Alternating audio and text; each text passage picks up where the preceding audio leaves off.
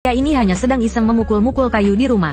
Namun menarik perhatian seorang ahli yang telah mencapai tingkat kultivasi tinggi.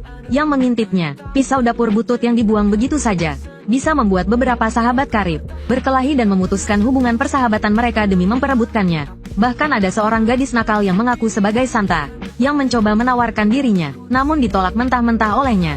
Namanya Yi Feng, seorang penjelajah waktu. 5 tahun yang lalu, dia meninggal mendadak karena bermain game selama 90 jam tanpa henti. Dan secara tak terduga berpindah ke dunia kultivasi ini, yang disebut benua Xianjiang. Seperti semua penjelajah waktu lainnya, paman mesum di hadapannya ini adalah sistemnya. Kekuatan istimewanya, sistem itu sejak awal telah memaksimalkan semua keterampilan manusiawinya, bahkan memberinya sebuah dojo seluas 600 meter persegi. Saat ini, Yi Feng sudah mulai membayangkan dirinya menguasai ilmu sakti, meratakan gunung dan menghancurkan sekte, dan mencapai puncak kehidupan. Akhirnya dia bisa memulai perjalanan kultivasinya. Namun, sistem itu berkata, kultivasi apa? Untuk berkultivasi, kau harus punya akar roh.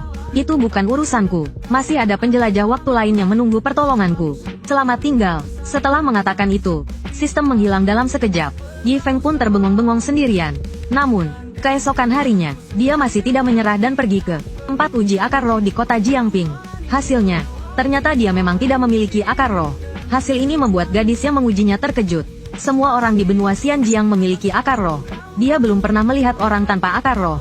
Bagaimana bisa berkultivasi tanpa akar roh? Seumur hidupnya, dia ditakdirkan tidak bisa berkultivasi. Mendengar penilaian itu, Yi Feng langsung membatu. Meskipun demikian, dia tetap tidak menyerah. Selama 5 tahun berikutnya, dia mengunjungi semua tempat uji akar roh di kota Jiangping. Tetapi hasilnya tetap sama, tidak ada akar roh. Hal ini membuatnya benar-benar putus asa, dan memutuskan untuk hidup santai.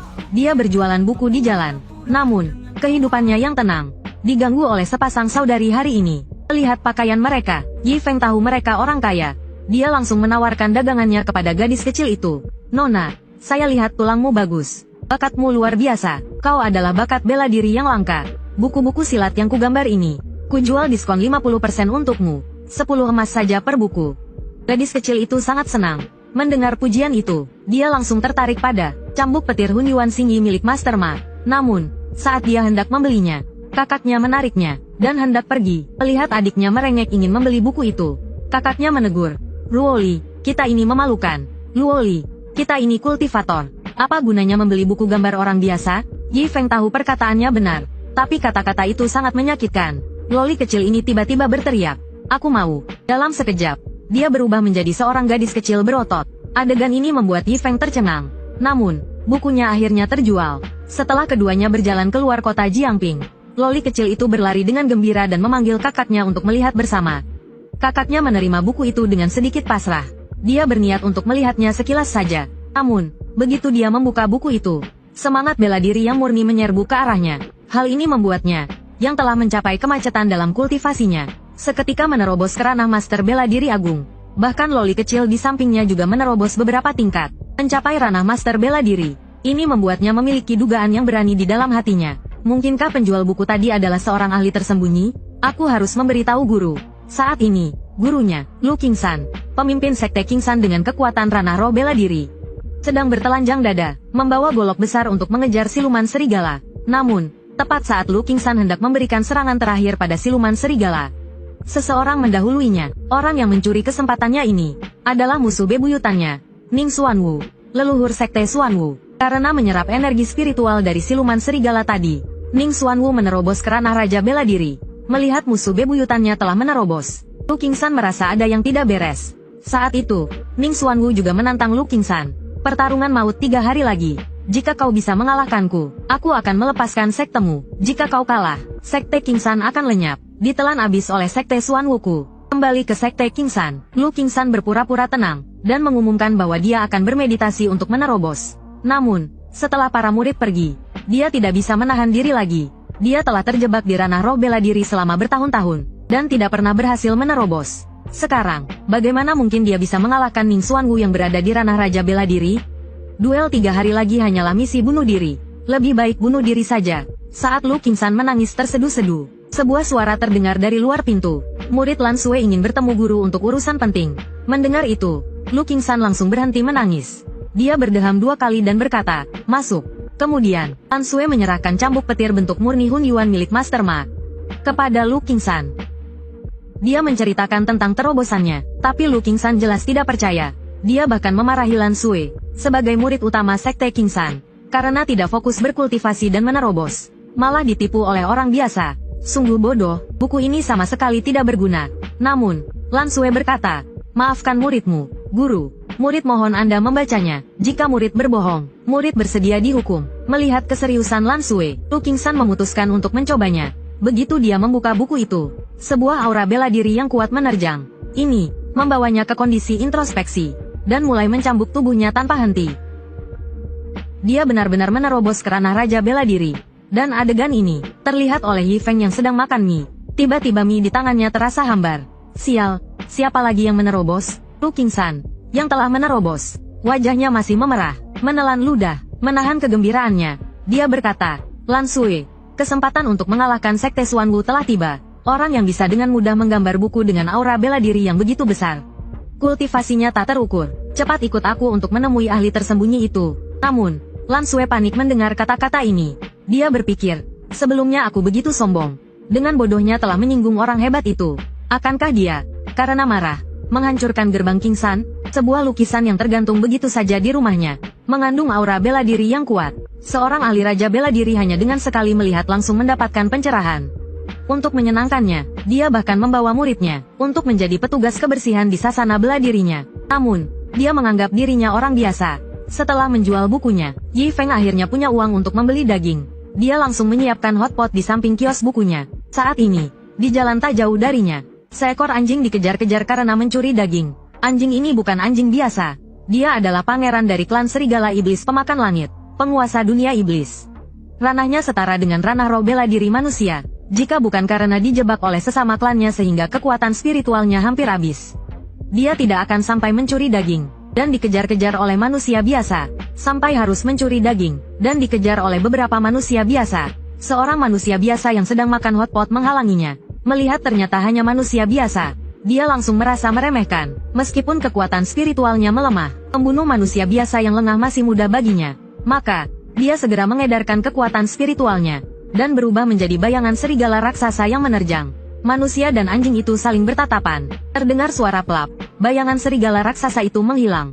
Seekor anjing bodoh diangkat dengan satu tangan. Yi Feng tertawa melihat anjing bodoh ini.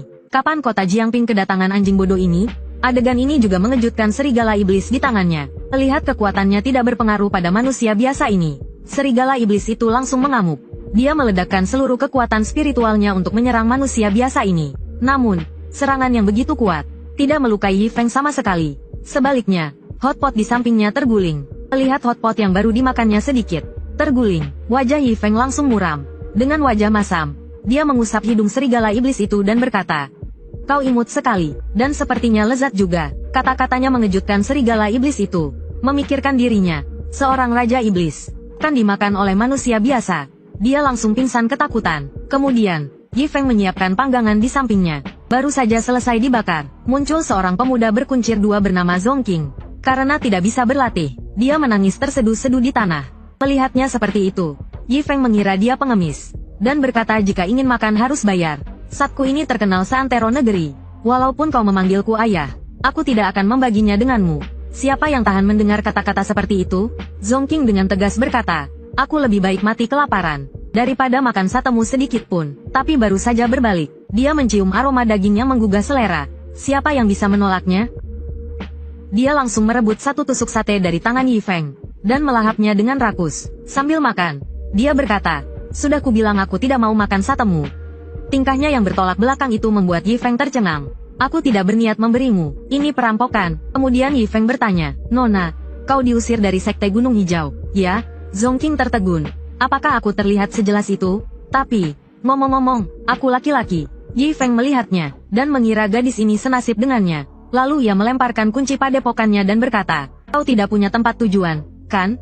Kebetulan aku butuh asisten. Kau bisa bekerja di sini. Aku akan membeli beberapa bumbu. Kau lihat-lihat dulu padepokanku. Tanpa menunggu jawaban Zong Qing, Yi Feng pergi sambil bersenandung. Cara bicaranya yang tidak bisa ditolak itu membuat Zong Qing sedikit malu. Namun, setelah dipikir-pikir, jika dia memiliki pekerjaan di kota Jiangping, orang tuanya akan lebih tenang. Maka dia pun menerima pekerjaan itu dengan senang hati. Setengah jam kemudian, kepala sekte Gunung Hijau, Lu Qingsan, datang ke padepokan bersama muridnya. Begitu masuk, mereka berdua tercengang dengan apa yang dilihatnya. Lu Qingsan hanya melirik lukisan di dinding dan langsung mencapai pencerahan. Saat itu, Zongking yang sedang membersihkan padepokan melihat mereka. Setelah mengetahui mereka dari sekte Gunung Hijau, Zongking terkejut. Dia mengira mereka akan menangkapnya karena telah menyelinap ke sekte. Untuk membawanya kembali, dia bersujud berulang kali dan memohon agar tidak dibawa kembali untuk dijadikan makanan anjing. Melihat itu, Lan Sui ingin membantunya berdiri, tetapi dihentikan oleh Lu Qingsan. Lan Sui, jangan lancang. Bagaimana kau bisa membantu senior? Aku pernah mendengar bahwa Buddha dan Dewa Barat akan menguji pengikut mereka dengan menyamar sebagai orang rendahan. Jadi, mungkin dia adalah senior yang dikirim untuk menguji kita. Dia memegang kemoceng. Benda ini digunakan untuk membersihkan debu. Membersihkan debu berarti membersihkan pikiran.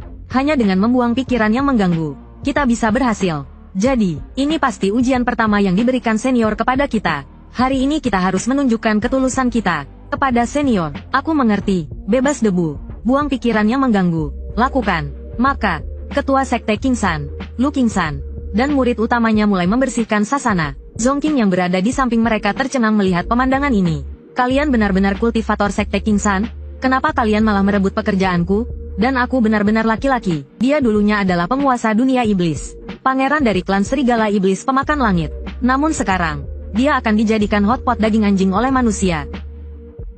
Lu Qingsan ketakutan hingga keringat dingin bercucuran. Karena dia mengenali anjing yang terikat itu adalah serigala iblis pemakan langit, jenis yang paling langka di antara ras iblis.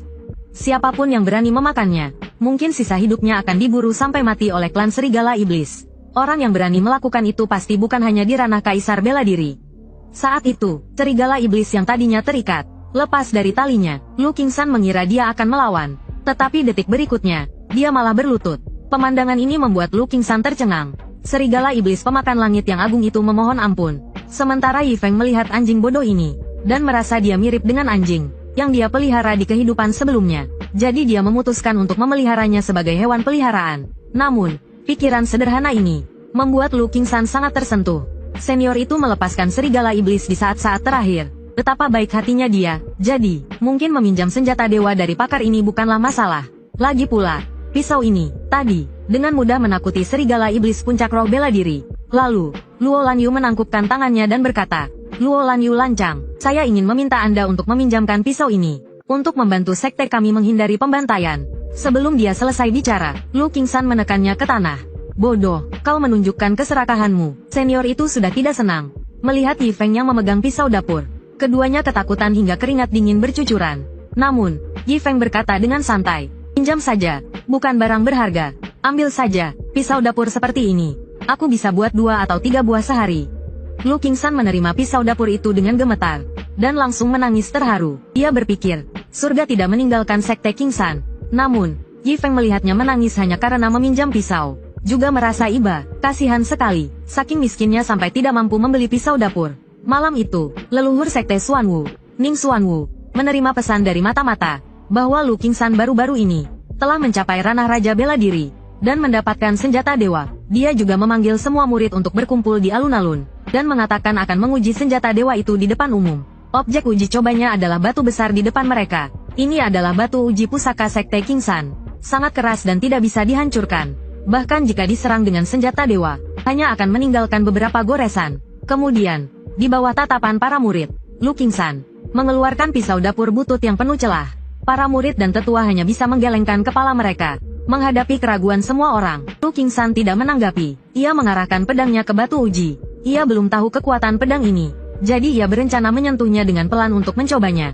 Hanya dengan sentuhan ringan itu, batu uji yang seharusnya tidak bisa dihancurkan langsung meledak. Cahaya ledakan menerangi seluruh kota Pingjiang. Dari kejauhan, tampak seperti hujan meteor yang spektakuler. Namun, Ao Qing, pangeran klan siluman serigala pemakan langit, tahu bahwa aura dan tekanan kuat ini jelas berasal dari senjata dewa yang tiada tanding. Dan orang yang paling merasakannya adalah Lu Qingsan, pengguna senjata dewa yang tiada tanding ini. Ia benar-benar hanya menyentuhnya, tanpa menggunakan kekuatan sama sekali. Kekuatan pedang ini benar-benar luar biasa. Namun, lebih baik tidak digunakan kecuali terpaksa. Karena ia tahu ia tidak bisa mengendalikan pedang ini. Tuan Yi, yang menempa pedang ini, mungkin memiliki tingkat kultivasi di atas Raja Bela Diri. Setelah menyaksikan kekuatan senjata dewa ini, para murid sekte merasa gembira. Dengan senjata dewa di tangannya, Lu Qingsan juga merasa percaya diri. Ia langsung berseru, "Lusa, kita akan bertarung sampai mati dengan sekte Xuanwu." Setelah mengetahui bahwa sekte Qingsan memiliki senjata dewa, Ning Xuanwu juga memutuskan untuk menggunakan kartu as sekte. Ia kemudian memanggil murid perempuannya, Ling Yaoer, untuk pergi ke keluarga pedang bersamanya. Yang disimpan di keluarga pedang adalah senjata dewa sekte Xuanwu mereka, pedang pemakan jiwa. Saat mereka membuka segel keluarga pedang, roh-roh jahat yang tak terhitung jumlahnya terbang keluar.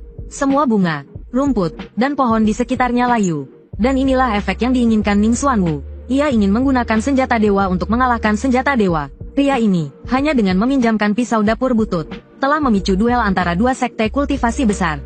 Untuk menghadapi pisau dapur ini, leluhur sekte Xuanwu bahkan rela mengeluarkan senjata pamungkas sekte, pedang pemakan jiwa, bertekad untuk bertarung sampai mati dengan sekte Qingsan. Saat ini, kurang dari 4 jam sebelum pertarungan. Namun, ketika murid sekte Qingsan pergi ke kota untuk membeli persediaan medis, mereka mendapati seluruh kota Jiangping kosong. Namun, menurut mereka ini normal. Lagi pula, dalam duel besar sekte kultivasi seperti ini, jika manusia biasa terkena dampaknya, meskipun hanya sedikit energi spiritual, mereka akan langsung mati. Namun kenyataannya agak berbeda dari yang mereka pikirkan. Semua orang bergegas keluar kota bukan untuk melarikan diri, tetapi untuk menonton. Orang yang memimpin di depan adalah Yi Feng. Setelah mengetahui tentang duel ini, Yi Feng melihat peluang bisnis. Ia secara khusus membuat banyak teropong, dan membawa seluruh penduduk kota ke titik tertinggi kota Jiangping untuk menonton. Lalu ia menyewakan teropong kepada mereka dengan tarif per jam, berencana untuk menghasilkan banyak uang dari duel ini. Saat itu, terlihat dua leluhur sekte di kejauhan, sedang berhadapan dengan tegang. Pertarungan akan segera dimulai. Hanya dalam sekejap, leluhur sekte Qingsan, Lu Qingsan, terjatuh. Untungnya, ia telah membaca buku Yi Feng, berhasil mencapai level Raja Bela Diri. Kalau tidak, mungkin aku sudah tak bisa berdiri sekarang. Untuk membalikkan keadaan, Lu Qingsan perlahan mencabut pisau dapur dari punggungnya, bersiap untuk pertarungan hidup mati dengan Ning Xuanwu. Ning Xuanwu juga mengeluarkan pedang pemakan jiwa, senjata saktinya. Seketika, roh-roh jahat yang tak terhitung jumlahnya terbang keluar. Ling Yaoer yang berada di sampingnya menjelaskan dengan bangga, dengan mengorbankan puluhan tahun umurnya, pedang pemakan jiwa ini hanya bisa digunakan sekali. Pedang ini dapat dengan mudah melahap energi spiritual dari senjata apapun. Senjata di bawah tingkat suci, di hadapannya hanya seperti pisau dapur biasa. Melihat senjata saktinya kalah aura, Lu Qingsan merasa cemas. Ia merasa dirinya telah kalah. Apalagi pisau di tangannya adalah pinjaman dari Master Yi. Jika energi spiritualnya dilahap oleh pedang pemakan jiwa dan menjadi pisau dapur biasa, bagaimana ia akan menjelaskannya pada Master Yi? Lu Qingsan benar-benar tidak tahu harus berbuat apa. Tiba-tiba, Yi Feng berteriak dari atas tebing, "Bertahanlah, bagaimana bisa kau menyerah begitu saja? Kalian sudah selesai secepat ini? Teropongku yang belasan ini jadi sia-sia dong.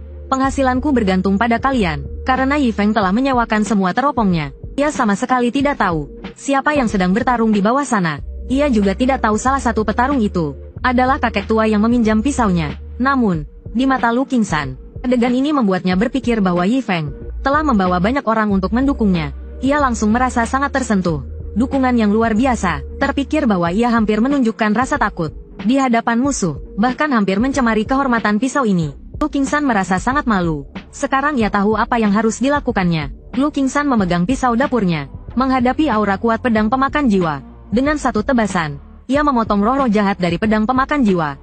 Kekuatan tebasan pisau sepanjang puluhan meter itu membelah tanah, membelah bumi. Hanya dengan satu tebasan, sekte Xuanwu melarikan diri dengan panik. Ini juga sangat meningkatkan semangat sekte Qingsan. Mereka bersiap untuk menyerang dan menghancurkan markas musuh. Namun, Lu Qingsan menghentikan mereka. Luo Lansui bingung, "Guru, sekarang adalah waktu terbaik untuk menghancurkan sekte Xuanwu." Namun, Lu Qingsan melihat ke arah Yi Feng di atas tebing dan berkata, "Lansui, lihat, Master Yi baru saja berdiri di atas sana, mengamati secara diam-diam.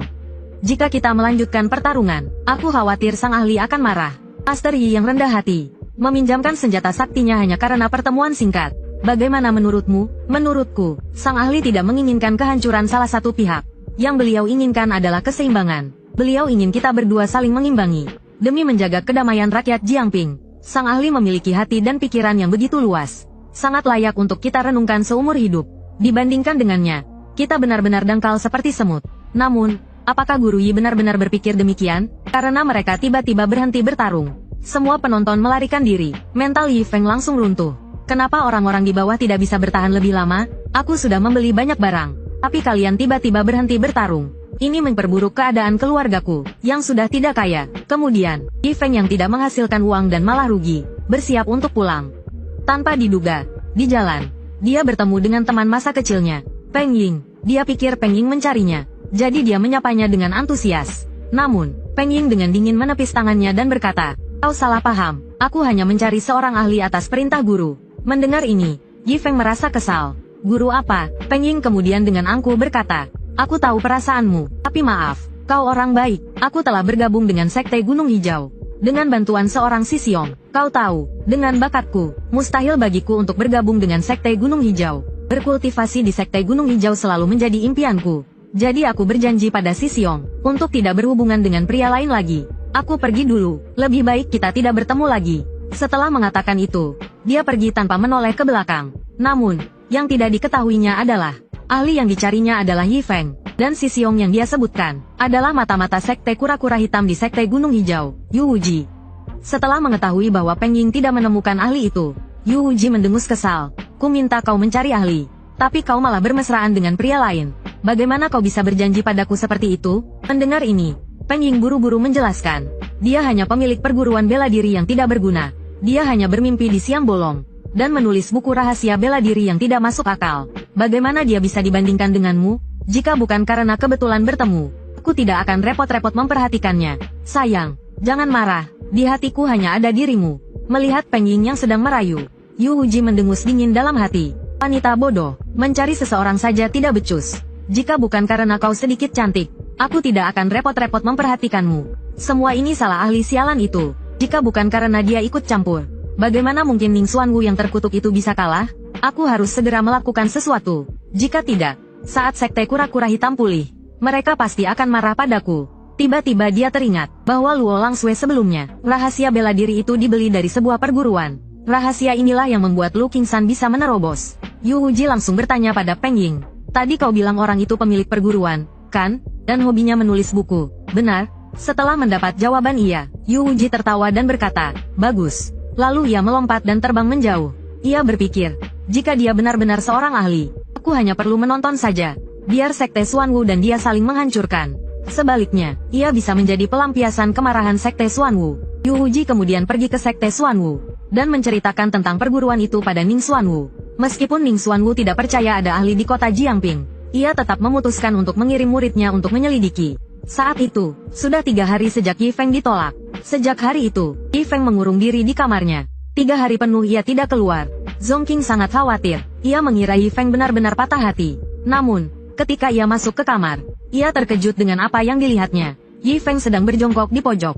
Ruangan penuh asap, dan dikelilingi kertas-kertas kusut. Baru beberapa hari kamarnya sudah berantakan begini. Sepertinya bos benar-benar patah hati. Tintanya bertepuk sebelah tangan. Sungguh menyedihkan. Aku tidak tega. Bos, tenang saja, ada aku. Zongqing, aku tidak akan membiarkanmu terpuruk seperti ini. Saat Zongqing bertekad untuk membantu, Yi Feng tiba-tiba menoleh dan berkata, "Kau mau membantu? Aku tadinya mau mengajakmu makan sate. Tapi kau malah mau kerja. Ini sama sekali tidak terlihat seperti orang yang patah hati." Namun, ia berpikir lagi. Mungkin aku terlalu cepat menyimpulkan. Bos pasti sangat sedih, dan tidak ingin menunjukkannya di depanku. Sayangnya aku hanya laki-laki, jadi tidak bisa membantu bos. Ia pun bertanya dengan hati-hati, "Bos, patah hatimu." Namun, Yi Feng berkata dengan santai, "Kau bicara tentang Peng Ying? Dia hanya teman masa kecilku. Wanita hanya akan memperlambat kemampuanku menghasilkan uang, dan memanggang daging. Sudahlah, cepat jual bukuku. Bulan depan aku ingin ganti kereta kuda. Semua tergantung padamu. Semangat, pekerja keras." Akhirnya Zongqing mengerti, bahwa Yi Feng mengurung diri selama 3 hari. Bukan karena patah hati, melainkan karena sedang menulis buku. Ia menulis beberapa buku aneh berdasarkan ingatannya dari kehidupan sebelumnya. Judulnya antara lain, Kisah 3 Pria dari 3 Negara, Kisah Sekelompok Wanita dan Seorang Pria, Kisah 3 Wanita dan 105 Pria, Kisah 4 Siluman dan Seorang Pria. Tapi, apakah buku-buku ini laku terjual?